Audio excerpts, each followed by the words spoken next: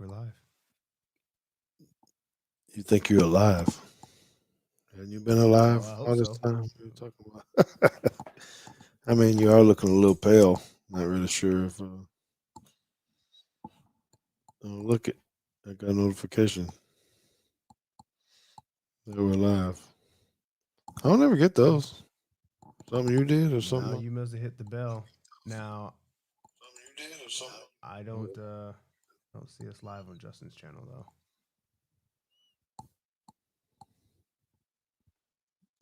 Yeah, let's. Oh yeah, this. Well, there we go. Just showing up a little late. Well, we got what do you call it? Not the delay. What kind of delay you got on there? Just in case we curse or something like that, we get a I don't set him up. Justin does.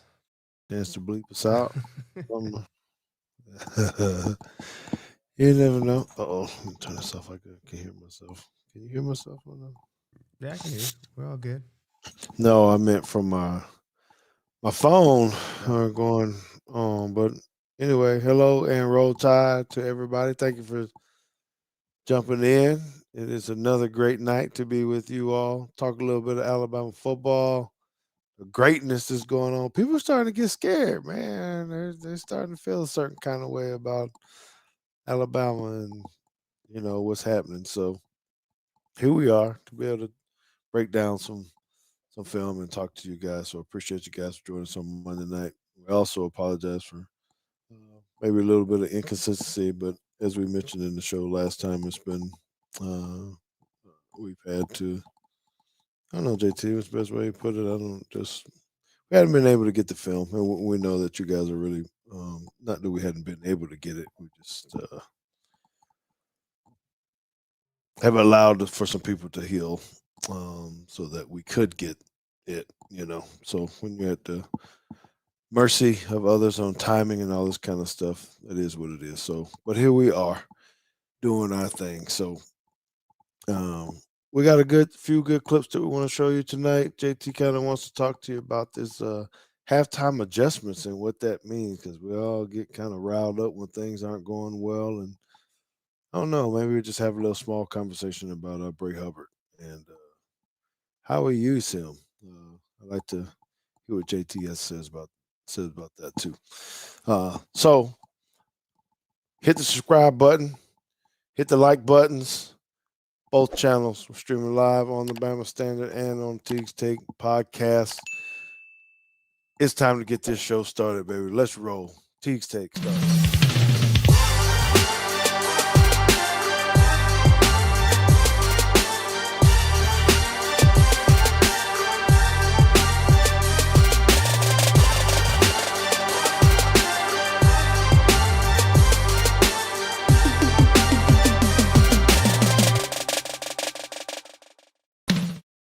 So we're back. We're back and we're in the house. And man, it's a great day to be with you all. Before I get into a small little run out, again, make sure you go ahead and hit that subscribe button.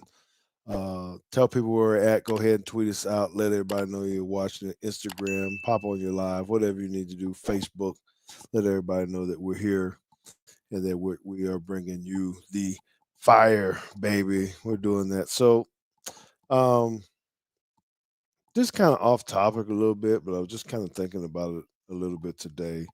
Something that we deal with, or maybe that I personally have to deal with from a coaching standpoint, some things that I've faced. And maybe I'll try to put it in a way where it's not necessarily about football, right? And so it's really how do you take your advice, or what kind of respect do you give people when you're a subordinate and someone else is trying to teach you something? So, for example, here's my football piece. All right. So, oftentimes, when you have a coach who is not a former player, but you have assistant coaches who are players, sometimes the coordinator, who may be the non player, doesn't get the respect that maybe he feels he should get because there's a player saying, hey, what can he tell me and what can he do for me about, helping me coach? Do you think that's fair? Do you think that's fair? So again, a coach, coordinator, non-former player. maybe they've coached, I'm going to say 20 plus years. So it's like Clancy Prendergast, who you guys know is a great mentor of mine. Didn't necessarily play any college ball like that, played a long time, worked his way up to be a defensive coordinator, but there was always the other coach or player who thought, hey, what can he tell me because he didn't play the game, and particularly at the higher level? So is that fair to Clancy for me or any other coach to be able to say that? Mm, make you think, huh? So put it into your own business or your own world. Maybe you have someone that you have a lot of experience, but there's someone above you who maybe you don't respect or say enough because they haven't actually been in the trenches like you. Is that fair or whatnot? Uh, I don't know, man. It's kind of torn by me. I think that if people are in leadership positions, most of the time they've had to work for it. So I'm just saying, be mindful, be careful of what you think about people and the experiences that they had to get through to get to the position they're at. And maybe you can't judge them just because they don't have a certain title or a certain experience. That's my run out. Now I want to bring in my buddy, man, my man. I call him JT. Y'all may call him Teague 2 or James, but he's the co-host of the show. He is the analytical one. He's the one with the brains behind all of this. Mr. James Teague, are you back there somewhere? You alive now? Are Yes, you really I am. alive? Well, I don't know. What does it mean to be alive? That's a existential question in itself. But I think so. I don't know. You're looking kind of blah, kind of like that wall behind you. Just blah. Can I get something on your walls behind you, man? Man, Just one picture, a whiteboard. yeah, look, I would turn the camera and show you, but there's a lot of things that I ain't are talking about little baby toys, Theo stuff laying around. no. Look, I have I got two whiteboards over here. I got two footballs that I want to put on the wall, but I haven't taken the time to stage it, because it's got to be visible on camera. And I, Okay, how long have we been doing this podcast? And that you've been using that studio? okay, no, What? this particular studio facing this way, it's been 7 weeks I don't know. because we just moved Theo upstairs. I moved it all back downstairs. I got a new desk, turned it all around. Look, there's stuff over here. Look at that. Well, I nobody don't cares know about what that that. is. No, well, that's all right. I'm working on it. It's the stuff is here. I'm collecting stuff. Okay. And yes, Sam, he is my son too. I know that, and I'm glad that y'all love the film room. And here we are. So put something up on the wall. That's what I'm saying. Are you going to give the people some kind of time frame of when this is going to happen? No, How because about how no, about that? no, because if I give a time frame, that means I have to do something about it with some kind of urgency, and it'll get up there when it gets up there. Now, Bama, that's kind of funny. Whiteboards. See, all they heard was white boys. That's funny. All right. So, okay, before we get to the film, JT, Alabama, did you get a chance to really dive into the game? I know you be busy and you got kiddie things. Did you have your phone out at the pool, at the soccer game? I was listening to it via Varsity Sports Network for about the first half, and then the second half. Um,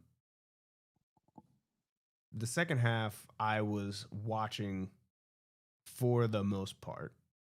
And I forget like when in the third quarter we were sitting at McAllister's eating, and I had the game on my phone, and then I watched it in the car on the way to the park, taking the kids to the park, and the game ended. So I saw most of the second half, and I saw a little bit of the first half. Okay. All right. Well, I did watch the whole game. I did go out to one of the Bama watch parties here in the Metroplex, sit amongst some fans, and and watch the game. Man, it was intense. It's kind of crazy just to hear how people's emotions kind of go all throughout the game. Things aren't. It was. I think we heard a little bit of everything. I heard. I don't know how many times I heard "Fire DeBoer," not DeBoer. Sorry, Womack. Mm-hmm. There's a lot of that defense, and it's. I don't know to overreact like that. Sure, than like some stuff, but there is going to be one, at least one of the plays that I think we had to talk about early in the game. So let's get to it, man, because we yes. got some plays to get through. And you guys keep the questions coming. I'm going to add them to the queue. We will address them as we get a little bit further into the show. But keep them coming. I'm keeping tabs on them. That's right. Keep sending them questions in. We'll get back to you and do that. But we got some film that we want to show. So we're going to start on defense a little bit. Let's get through this kind of how things started out. Oh, look, I'm gonna have to fix that. Yeah, our producer always does some things where you can fix things on the fly, start moving things around. So what we're gonna do is actually start going through this first drive and talk through some of the plays on the defense. Then maybe show you at least a few plays of offense as well. Look at this. That is not an optical illusion. Yeah, I'm actually surprised that this is working the way it is. So great. It's because we spent a shit ton of money on the software for you to be able to do that on the. You just be saying stuff. All right, so it is a 3-man front or a 4-man front because it get people confused. They see 3 hands down. What do you got? Okay, so this is where I always get on the soapbox, right? If you're counting, if you're, this is me going back to my soapbox last year, right? When I said the numbers don't matter. That's right. If you are actually counting how many roster defensive linemen are on the field, this is a 3-3. But if you are going to take the lens of a offensive lineman, they're probably going to tell you that this is a 4-man front with a backer walk 4 up. down. And this is they're counting 10 as a 4 down as a defensive end. Right. And we can actually let's You're drawn to work yet? There it is. I don't think so. I don't want to test it and kill the stream again. Stream again. Right. But you can. It really depends on how you want to look at this. Like this is a 3-4, right? 42 is a linebacker, 41 is a linebacker, 0 is a linebacker, 10 is a linebacker. But you got 4 guys that are down, but you have a nose. So it's kind of indicating like odd spacing. Maybe we need to, we'll probably have to do a whole clinic on odd versus even spacing and what that really means. But depending on whose perspective that you have, will kind of dictate what you would call this. I mean, the center has somebody over him, right? But one slight shade one or another, you're already talking in a different way. If he just slides to the right a little bit, right? If he slides to the right, just a half a man, you could call this a 4 down, and nobody would argue with you because you have a 5, which is this guy out here. You got he's really a 4-eye, but you could call him a 3, a 1, and a 5, which is just an even front, 4 down defense. Okay. So pop back out before you get into the rest to the one before this, because I just want to make sure we're talking about where Bray Hubbard is a little bit. So we're having 2 conversations here. So he's kind of down in the box on the top, right on the slot, and then him up inside the right corner, the right corner. You talking about Bray? Yep. So I just want to make sure we're keeping an eye on him too, on how we use him. So I'm saying I'll be trying to point out some different things on how he's being used So in the box, out of the box, linebacker, deep halves, Mm-hmm. and maybe sneak in a little bit of how this works in our JP2 defense as well. Like, who is that guy? So Okay. I think your real answer here is if you're going to in their playbook, in Alabama's playbook, they're going to call this odd, right? You got two fives and a 0, and then they're going to show 2 backers in gaps, right? This is 505. Yeah. Playbook wise, it's an odd front, but they might present something different here. Actually, I guess we should just run it and see. And Bad steps. yeah, so I think they had a slant called here. Going right. Yeah, I think they had a slant going right, and we had to readjust here. So, this is I wanted to just walk through the first 6 plays of their drive of Missouri's drive to kind of talk about where we can improve and fix some things. I think we can learn a lot about just Missouri's script here and how we played it. And we can see that 22 and 42 end up in the same gap. And that's either because we had a slant going on, which I think we did, because 96 is also taking that same step. Yep. Going right. To the right. Then everybody's going to the left.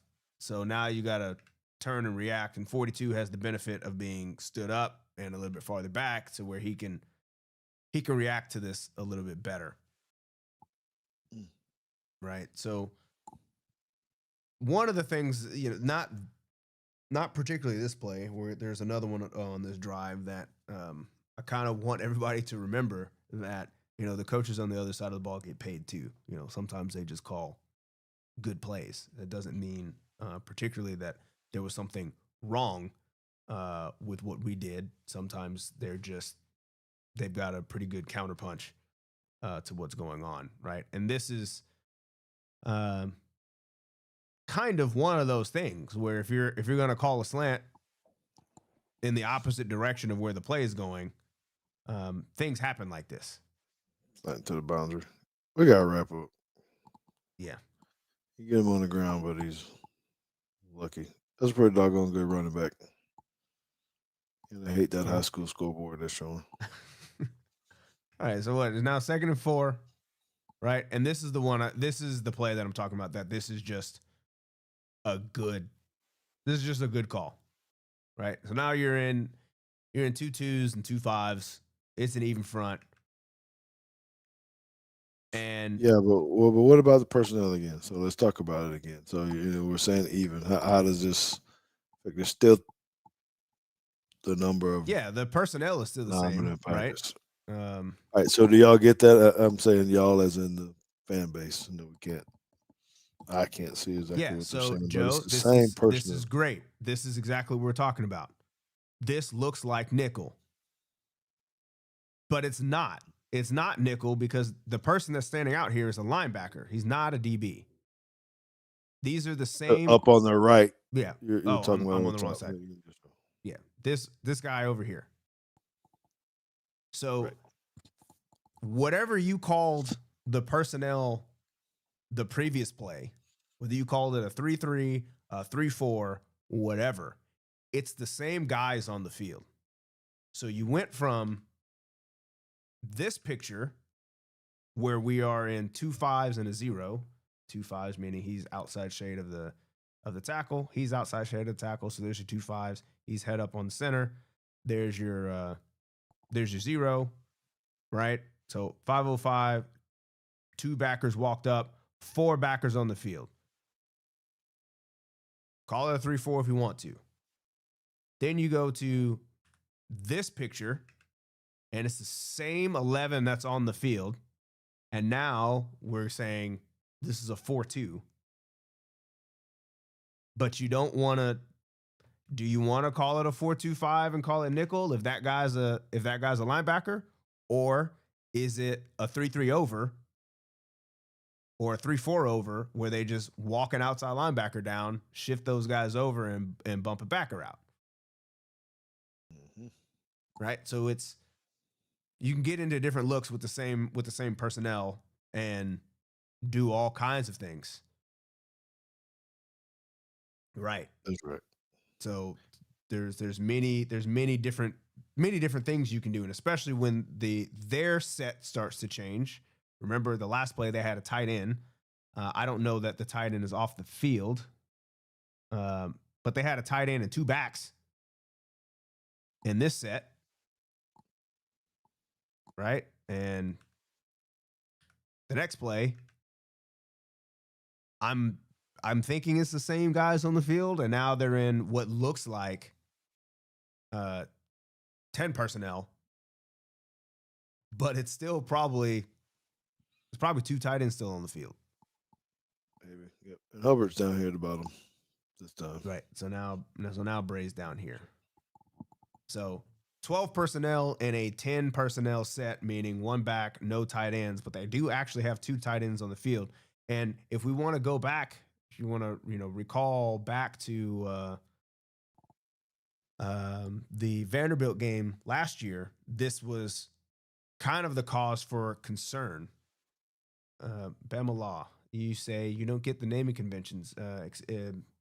Elaborate a little bit more on which naming conventions you're talking about, because we might be able to help you there. But as I was saying, the odds and evens. Odds and evens are very easy. How many down linemen do you have? If it's 4, it's an even front.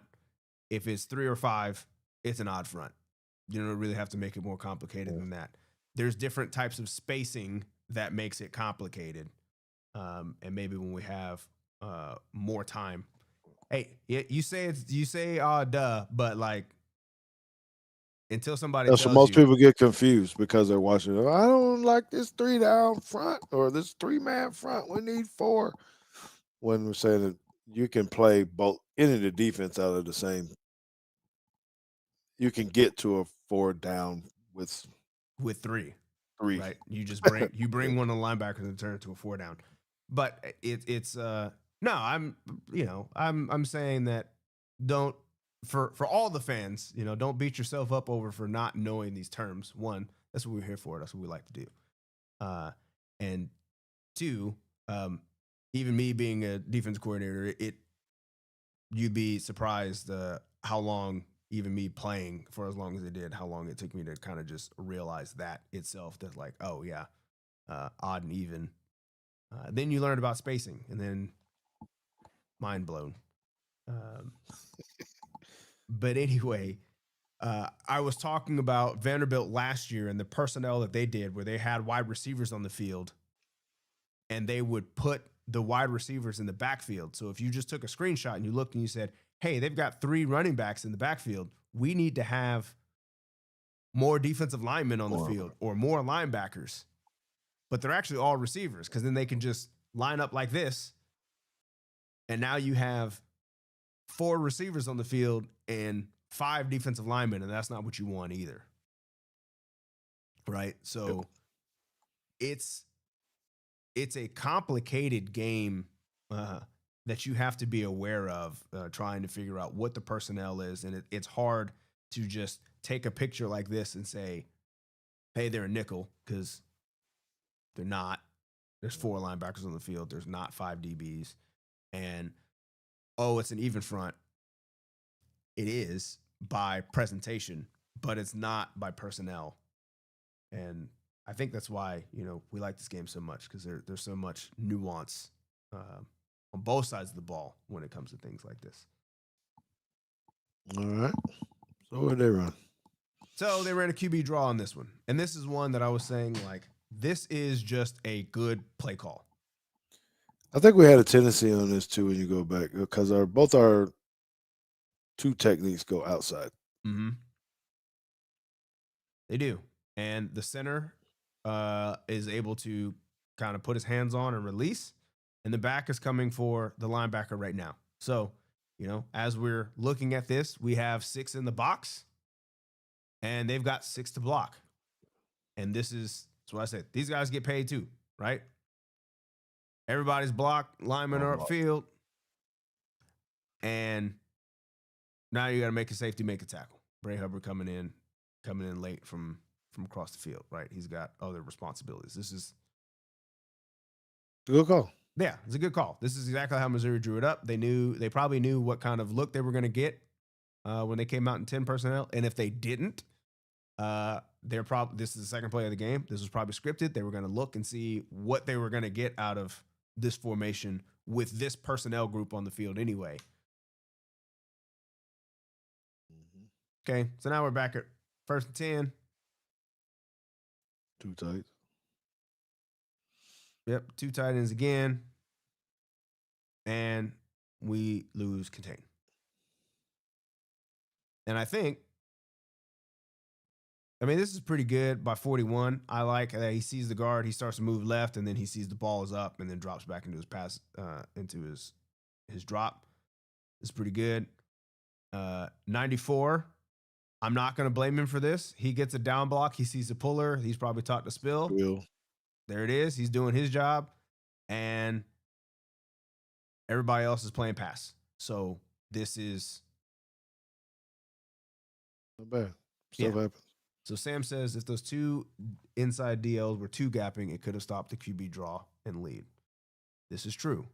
But they're in a 4-man front. It's even spacing. You don't 2 gap out of a 4-man front. You 2 gap line up out of an odd, and you try to cancel gaps. I really need to do a whole clinic on this. And maybe if we get enough likes and comments, somebody will force me to do it again, actually. Because I have done it, but I did it in Belgium. Yep. So again,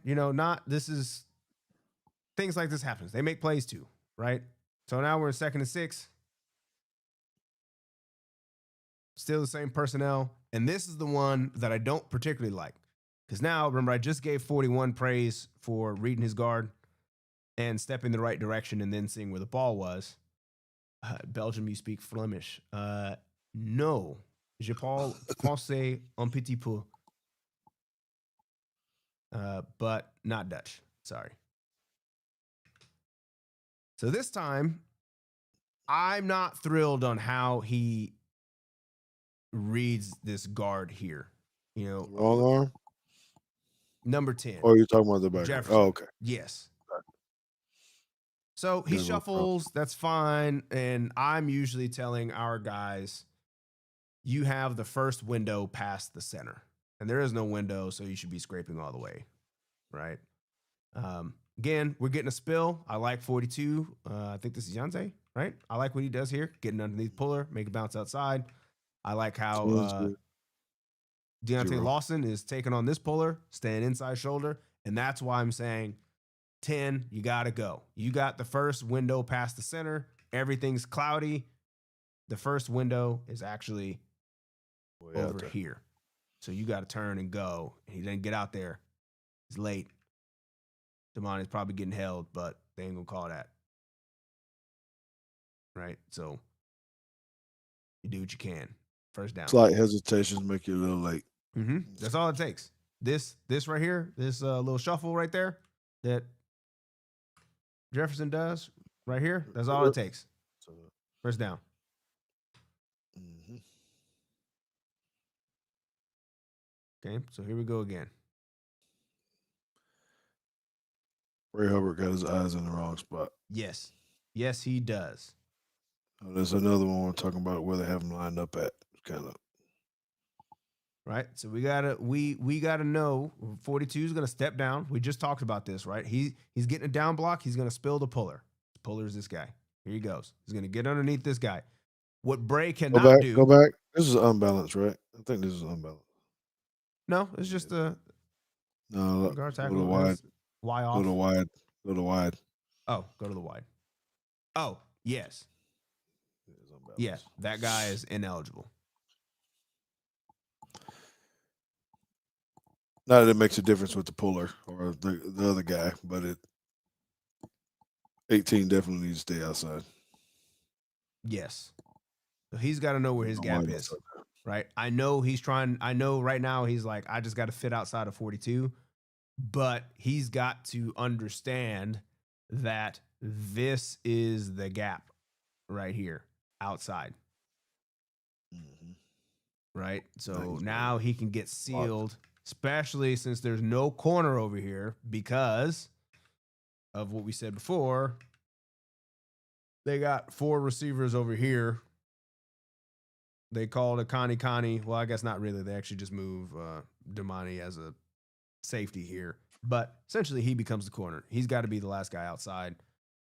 And he gets, I don't know if you want to call it reached, but he gets sealed. And that's a problem.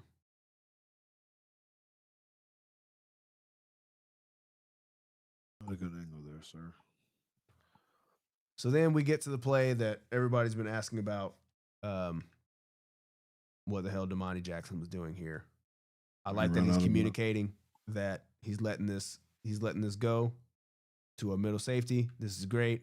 Hey, JP2 corners, if you are watching, do this more often. That part. Don't do this next part. Do this part right here. The next part is, I think Damani Jackson assumes incorrectly that this is an overthrow. He's going to catch it. Yes. 5 yards out of bounds. And he's trying to catch it here instead of attacking the receiver. This is why you always break on the. Yes. Yeah. Break on the receiver. He's probably going to be where the ball is. And if you're wrong, if you break on the receiver and the ball is not where the receiver is, that's fine. But if you do this, you end up out of bounds and we're letting tight ends run for a touchdown. That was bad. It was real bad. It was bad. Bray Hubbard down in the box again. Turns the wheels. Yeah, and he's supposed to have help over the top too, but his corner. I mean, look at number 1 though. I mean, I saw it right in the game. Everybody was looking. I saw it when it first happened. I was like, "What is he doing?" Yeah, me too. Yeah, this is. What? I saw this far in the game, and I was like, "Hold on, what was that?" Yeah, he'll probably get ripped up in the game or in the film room. B Jamin asked, "Could Mizzou having Hardy cause our guys to be a little more focused on Hardy?" Just thinking. Yes. Yes, absolutely. You go into this game saying this dude is like leading the country in rushing. That guy's not going to beat us. You got to beat somebody else. Right. And he didn't. What he ended up with? 50-something yards? 52, if I remember correctly. Yeah, 52 yards. So that's not a bad day. Okay, so you had some offensive tape. Start with play 24 here. Yep. No. This will be the touchdown. Okay, movement. So let me just talk about this offense real fast. Not specifically this play. JT, one of the things I have noticed is kind of what we were talking about before with Grubbs and the amount of motions and shifts. What's up, Cracker-Leggin? Got your cuts behind me, man. Hey, so they're doing a lot of shifts and stuff, and they're actually like moving the whole offense. I mean, lining up in different things and doing a lot of movement to try to get looks. So something that we thought we might have saw a little. Well, I guess it would have been 2 years ago.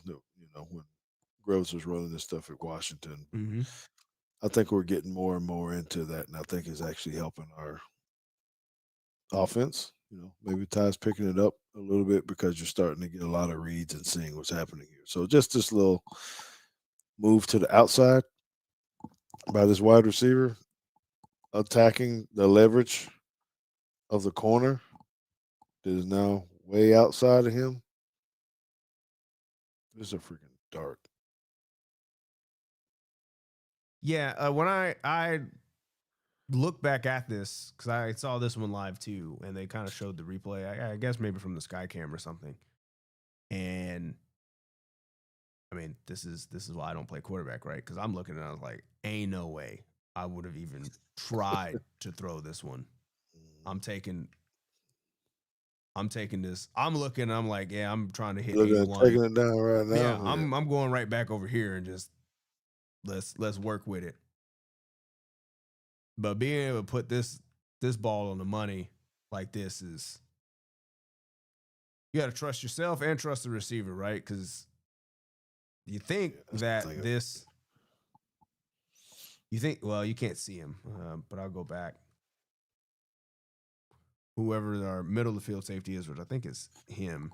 He got occupied a little bit. He didn't need to get occupied by that guy running front because they actually got someone picking up the other guy. I don't know who that is. Yeah, but I mean, this is throwing this ball on. I mean, if you don't throw this on time, this is disastrous, right? Yes. But, I mean, that's confidence. That's big boy football right there. That is. We're talking about the level of play. And he missed a few early, or maybe not early, but he missed some of the throws. But overall, man, just what he's been doing with the football, it's just outstanding. And the players are making plays, kind of, I don't know. Ryan Williams has kind of been absent. But when you got other guys making plays, you don't really have to worry about it, I guess. And you got change of strength, motion, all that kind of stuff. That's annoying. So we've been still having these rolling linemen go in. You want to go to the end zone on this one? Is that what you want? No, I'm going to get paper mail on here. Again, just talking about the lineman play again. These are just small little things that get your quarterback hurt. Technique stuff. So maybe we'll have another film session on what it's like when you start turning your body and trying to stop these guys from being in the corner. It's pretty good pass pro other than up top. I don't know why we haven't been so consistent up there on the front line with injuries or whatnot, but we're rotating guys in and out. Maybe someone from the Bama Standard one of our insiders can kind of tell us why we're moving these guys around so much. Okay, so that's all I really had on that. Now, can you find the one play? Caden Proctor and the 6 men all on the left. Of course 7. How many there is? 1, 2, 3, 4, 5, 6. The ball is the center is right here, and you got 1, 2, 3, 4, 5, 6. All right, be honest. Raise your hand. How many people didn't know that you didn't have to snap the ball between your legs? How many people didn't know that? It's okay. It just has to be backwards. A snap is just considered a backwards pass. Think about this, JT, when you're talking about subbing. There's one wide receiver there's one wide receiver, 2 tight ends back. And so how many linemen they got? 1, 2, 3, 4, 5, 6 1, 2, 3, 4, 5, 6. I don't know if you actually, well, maybe you're playing for it now. Yeah. So let me find the message up here. Yes. Okay. Here we go. Do y'all see huge play action coming in any of these formation or any of these huge SEC games with Proctor in the backfield as a running back? Absolutely. You do this kind of stuff, 1, because you got a lineman that can do it, and 2, because you got to keep the more you put him in these weird positions, the more that defenses have to figure out, like, okay, what are we going to do? And this just opens up for some kind of gadget. Right? Quarterback, because this doesn't have to happen, down here in the goal line. This can be a 4th and 1, and if Proctor can, and he can pass and throw something over here to tie. Like, this is. They had a good play. He could have scored. They missed one block on there. He kind of fell off. 71. Yeah, it's 71 here. Didn't reach him all the way. 75 does a good job of getting him reached and then sealing him, but he also seals off 71 too. Yep. So I mean, I say good play by both sides here. That was fun. That was good. He looks pretty athletic Oh when yeah, I he's mean doing it. he kind of jumped over somebody here too. Is you good footwork, Ball in the left getting hand. getting skinny. You going a little far now. You go a little far now. Okay, well, Okay, so we had a couple of questions up here. Uh, who stood out on defense in y'all's opinion? Um, we talked about Bray, but I think in this game, to me, it was Dijon Lee. Not only just because of the interception, but just because he's a freshman, and I don't think you'd know that if you didn't know the roster, right? That he's balling out right now. Yep. And while you're looking through those questions, and I wasn't necessarily trying to praise Bray, but how do you think about that? How hard is it to do what they're asking him to do? Right? And I'm asking people to really watch where they're putting him at. He's down in the box. Sometimes he's true linebacker, Yeah, I saying want to true, just not like your shift. pick And a then couple of pick a couple of plays, and we'll just look at where he's at. he's playing man to man on the slot. He's playing defensive half. He's down in the box. So just think about it. And I don't know, I'm saying this to you just in case we have JP2 people listening to all this kind of stuff. Is he a rover? Is he Yeah, I mean, for what is what I'm he? trying to do, yes. Nick Thrash, if you're watching this is who I'm trying to get you to be, and the things that we're trying to do with you. Back here, up here, out here, you know. So he's got to be in on run fits. And I mean, he's a defensive back. So he's got to be physical. And he's got to cover because you got him Yeah, I mean, all over the place. yes, we're talking about Bray. Uh,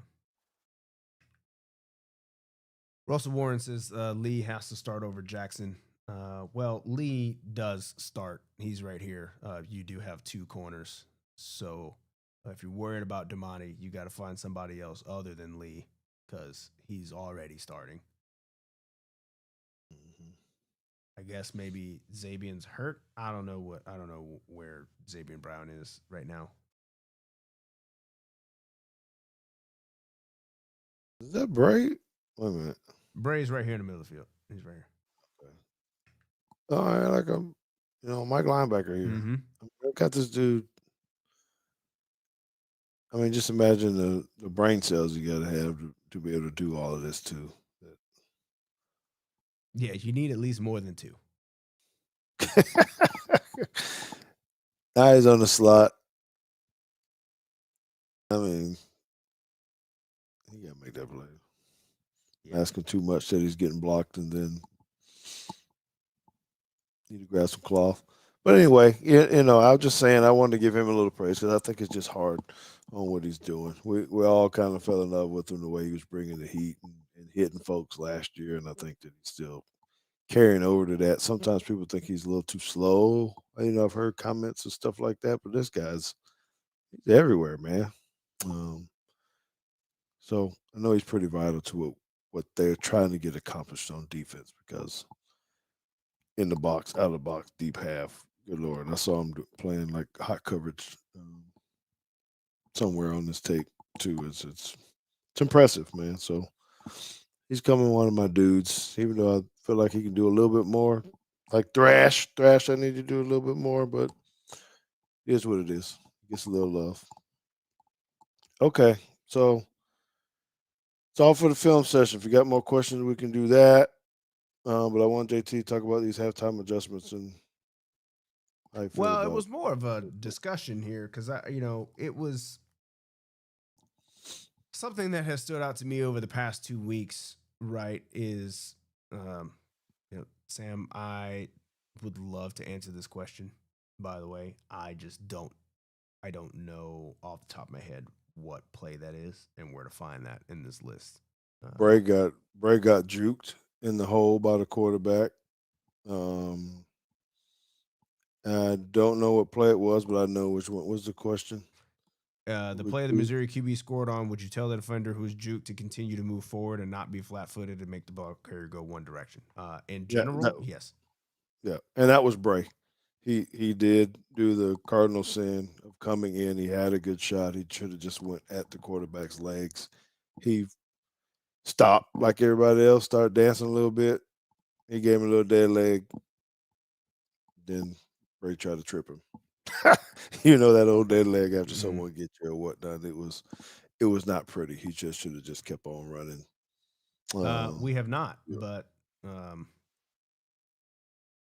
I think I can find that pretty quickly. That was at the end of the game. I think this is it right here, right? The overthrow. Yeah, this is just a clean overthrow, and I don't know if I really like what we're doing here in this prevent. I was gonna say I don't because It's umbrella. I mean, he's. we don't have enough guys deep, really. You got two deep and I essentially think three verts. somebody's supposed to be out here. I don't know who somebody is. I would Leads think them it would up. be number 7. If you're going to give up the middle of the field, you can't give up the outside. So typically you're trying to play some kind of umbrella coverage. I don't remember how much time was left on the clock. 43 seconds. 3rd and 10. They have no I mean, timeouts. they still could have got the first down if you throw it outside out here because nobody's on the. Yeah, nobody. I mean, really, nobody covers number 2. Yeah, so that's a big mistake. But I don't know what the quarterback. He didn't even have to get rid of the ball that fast. The pressure wasn't that. Yeah, no, this is a terrible throw. Really, I don't know that this is some miraculous play by the defense. I think this is number 9 for Missouri, quite literally Trying to do throwing the too game much. away. Yeah, because he didn't have to go there. And you see the wide receiver over there, like, oh my god, I'm wide open. Yeah, I mean, he's calling for the ball like right now. Hey, give it to me. Look at this. Look at him. You not see me? Look at him. I hate that body language like that, though. No, he ain't see your homeboy. Clearly So, not. but needless to say, game winner. You take it. You love those. You know. I don't know, JT. So now we're ranked 6th. Uh, Something like that. I think that's what I saw. Yes, 6. SEC's getting back in it. People are starting to get a little bit worried about what's going on with the Ties. You got Tennessee this week, who is ranked 11. 11. Home, another huge game. I think I got one more question here. Coaches, I believe the team is finally molding into Coach DeBoer's system. What are your opinions? Yes. Yes, absolutely. I think he's had a long off season. You can just kind of tell the way the ball's moving and the way Ty's playing. I don't know if he gets all the credit for that, but Ty seems to be very comfortable in it. Wide receivers, running game, all is pretty decent, right? I think the defense hasn't been as bad as maybe it looks. It's kind Right. of bend, And I don't guess break. that's why I wanted to kind of talk about these halftime adjustments, right? Because we've seen kind of 2 weeks in a row where you come out in your first series on defense and they just march down the field, score a touchdown, and you're like, all right, here we go. About to be a long one. And as the game wears on, especially after halftime, we talked about it with the Georgia game, like They ain't scoring the second half. And let me look at the box score because I can't totally remember. What? We ain't scoring the second half of the Georgia game. That's the problem. Yeah, so we gave up 14 points in the second half to Missouri, which I think is not bad. I mean, I know everybody wants to shut everybody out, these days, but Offenses now are way too good.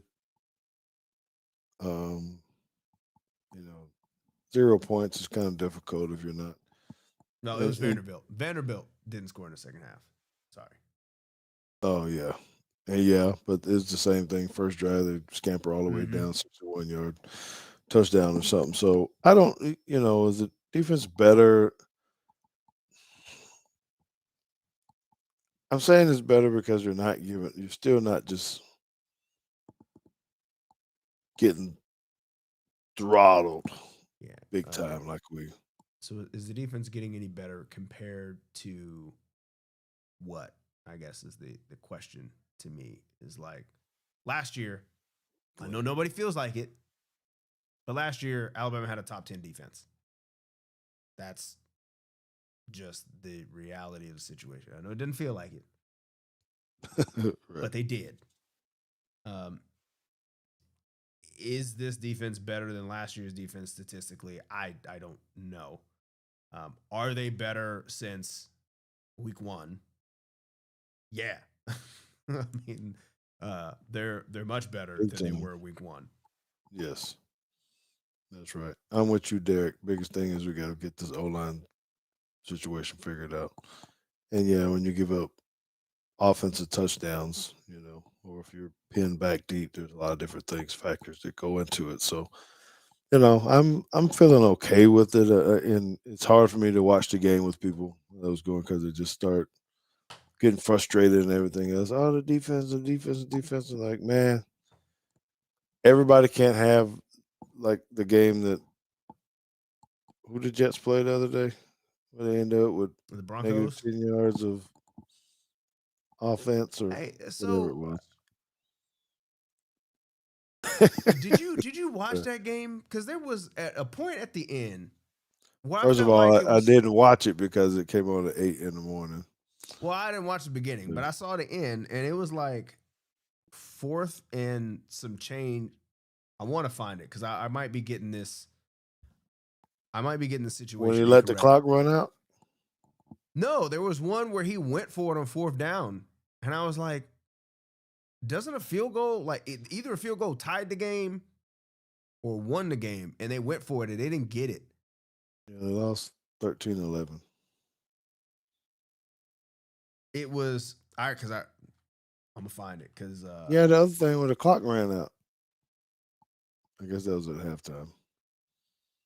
yeah, I saw one. I didn't see because I didn't turn the game on until after half, but I do remember essentially the game ending with Caleb Williams getting sacked, or not Caleb Williams, Justin Fields getting sacked.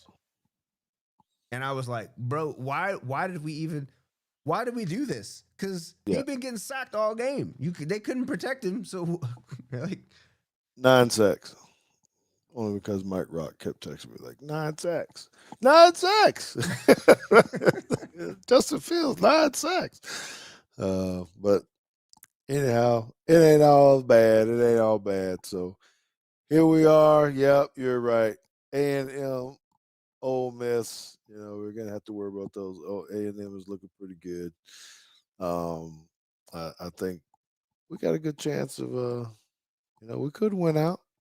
I think if we keep getting strong, we keep scoring points, keep getting turnovers, or have more turnovers this year than we have. Try to answer Derek's question here about what happens if Bama, Ole Miss, and A&M all were to win out. Tiebreakers include head-to-head competition against the tied teams. They don't play each other. Records versus all common conference opponents among tied teams. In this situation, they would all be undefeated. Best record against highest uh, place common conference opponent in conference standings, proceeding through the conference standings among the tied teams. They're still all undefeated. Cumulative conference winning percentage of all conference opponents among the tied teams. That seems like the tiebreaker. What was it? So Basically, Sam is right here. Strength of schedule, but that is defined as the conference winning percentage of all conference opponents among the tied teams. So whoever's opponents has the best combined conference record.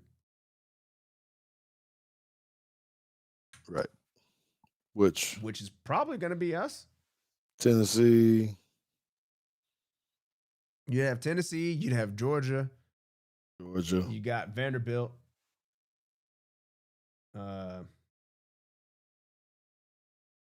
Maybe even. Let me see. Maybe even Missouri. Yeah, Missouri, depending on how well they're going to end up playing throughout the year. You got LSU and Oklahoma too. So, I mean, it's going to be. If you make it through this unscathed, then I think you got a good chance to just win it. Because most of these teams are going to be pretty good. It's going to be pretty interesting to see how it pans out for the SEC this year with this many teams doing that well, and how people, that we're knocking each other off potentially again. You got some pretty good teams in here that hopefully out on an outlier because you got 2 or 3 losses just because of your strength of schedule. That could be bad. Yeah, well, I mean, Texas A&M really is kind of got, in comparison, they might have the weakest. Never mind. I just looked at Ole Miss's schedule. I take that back. Ole Miss too, though, right? I mean, Oklahoma. Let me see. Oklahoma is. Thought they had a. Oklahoma has a rough end of the season. Yeah. Ole Miss, Tennessee, Alabama, Missouri. But Ole Miss, they got Georgia and Oklahoma left on the road.